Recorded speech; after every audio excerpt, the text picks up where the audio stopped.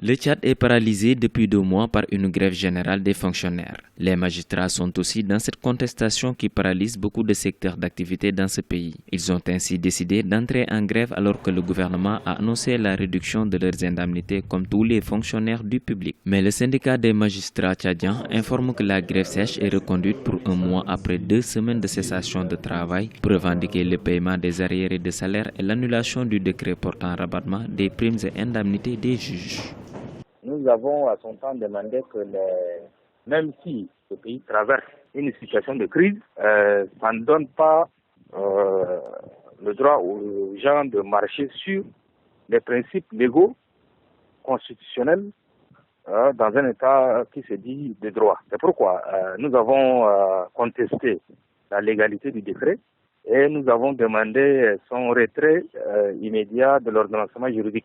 Voilà le mobile et l'objet de la grève en question. Cette mesure de réduction des indemnités des magistrats fait partie des 16 mesures d'austérité mises sur pied par le gouvernement afin d'amortir la crise économique que connaît le pays, mais aussi le coût de la guerre contre Boko Haram. Pour le syndicat des magistrats, cette crise économique est due en grande partie par une mauvaise gouvernance. Nous, magistrats tchadiens, sommes conscients également de l'état dans lequel le pays se trouve. Contrairement aux autres fonctionnaires de la fonction publique, les magistrats n'ont jamais bénéficié d'augmentation du point de vue d'indice. Nous avons demandé à nos autorités de pouvoir donc peut-être payer des arrêts de salaire, les arrêts de salaire qui ne sont pas donc payés puisque les échéances sont échues. Et également, nous avons protesté simplement contre le décret puisqu'il était un décret qui a été pris en méconnaissance par exemple des principes des droits constitutionnels. Le Tchad est sous le poids de contestations depuis août 2016.